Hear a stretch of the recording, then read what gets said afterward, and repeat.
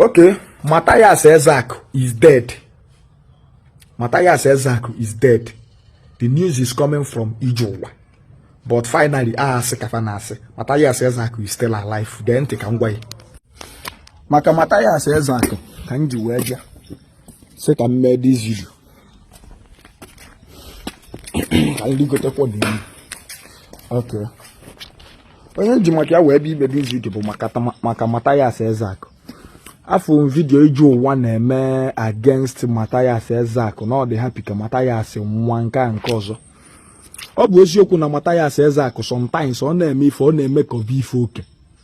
Because one thing in this life bụ if you wish ilu mmadụ ga-abịale.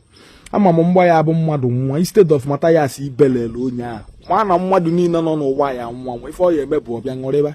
Si na Jesus egbuo ya na Jesus ya save here this that ọnọkata je ebe a na-ele akpati ozu si na ndị ụka ya anwụsịsị onwekwo na onye karịa ọnwụ in this life ọsọ ị na-aka ụka ọsọ ị na-eme Muslim ọsọ ị na-eme omenala ọsọ onwere onye were ndụ ya nye Chukwu emenenu emenala everybody ya nwanwụ but onwe ihe nsị ka ntụtụ aka Mathias Ezeaku before ị nwa aṅụrị n'ife na-eme eketa maka na arụ adịrị ya cheki mmadụ one sigo n'aka ya nwee unu ebe fabi today.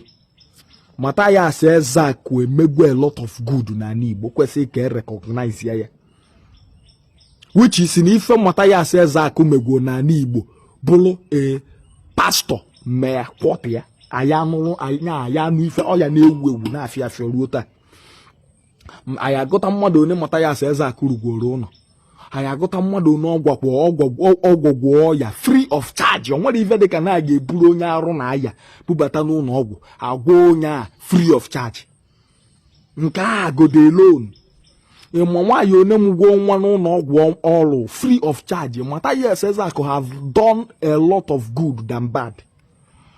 Mathias Ezeaku no doubt eze Ndigbo na-agbanye na ọ na-abụ ọnọkata sometimes ife mkpakọwa bịa n'isi I happy jizinu maka ya wee mụ ọkụba dị happy because since ihe na-eme Mathias Ezeaku bido onye ọbụla nnọọ gbasịrị nkịtị so many people were happy because abịa n'ife ọ na-ekwukọ gbasatalụ ndị ụka it is the truth. Eziokwu ka ọ na-ekwu. Mathias Ezeaku nwụgodu today ọbụla si ya bụ ife ya nwanwu so many pastors and reverend fathers anwụgo before gị aka ya na-anwụ na-eje ọbụla sọsọ ebe ọ nọ ka ọnwụ ya ebi. So ka hapụ na iji maka ife na-eme mmadụ na-amụ ọkụ onye ahụ na-amụ ya amụ. Anụ m fake news na Mathias Ezeaku ọnwụna. So many people na-ebu that fake news but I believe no fake news dey ya because I don't think ọ bụrụ na ọnwụgwo ọ bụrụ na ọ n'ije ụwa ka o yi esi wee pụta. But I pray that he will not die. O nwere ife ga-eme.